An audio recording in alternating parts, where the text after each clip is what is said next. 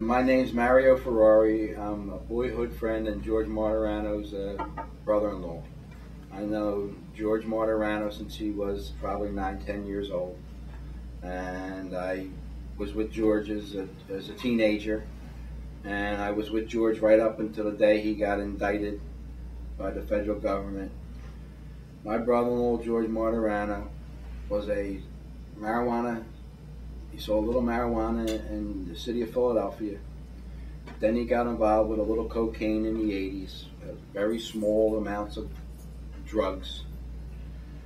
He gets hooked up with the federal government, and they turned a small-time drug dealer into a multinational kingpin, and did it like a movie.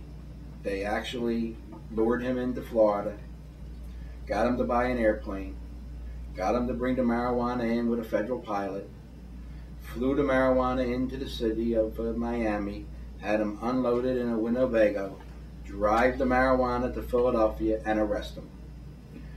And at that point in time, they weren't satisfied that they got this individual to bring all this drugs into the country.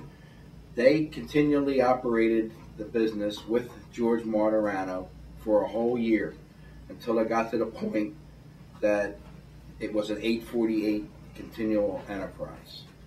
When my brother-in-law time came when he was supposed to fight his trial, it was such a long and tedious deal because the government had so many tapes of repetition of them luring him into transactions that he was overwhelmed by all the information and 302s and tapes, which, looking back now, we realize that they were all fake production. A jury would have seen through it. A jury would have realized that Mr. Martorano couldn't fly an airplane.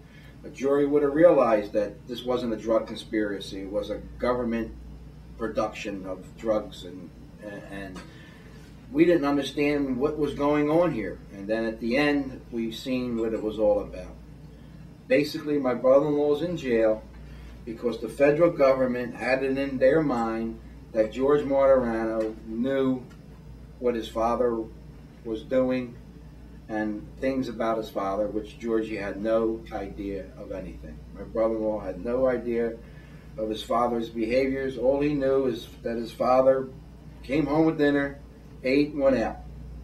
Georgie had no information on his father. The federal government asked my brother-in-law to testify against his father, and he would be free. And all these charges would disappear. They also asked my brother-in-law to testify against Noriega.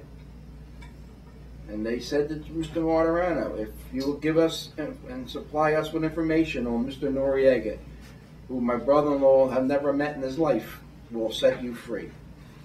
When he was convicted, when he pled guilty to the charges, the whole conspiracy wasn't even $1 million in total dollars and cents.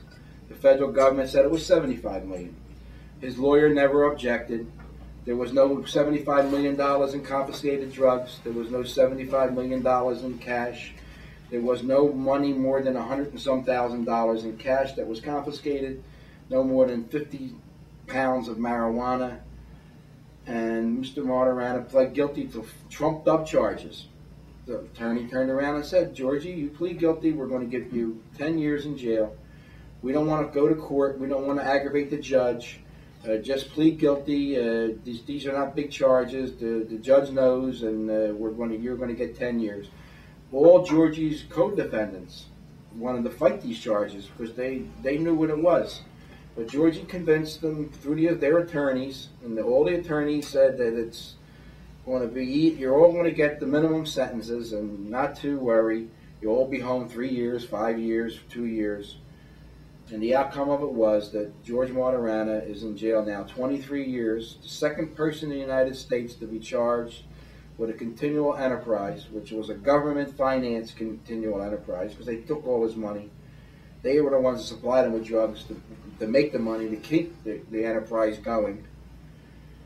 And Mr. Martorano, to this day, has done more time than any other drug conspiracy in the history of the United States.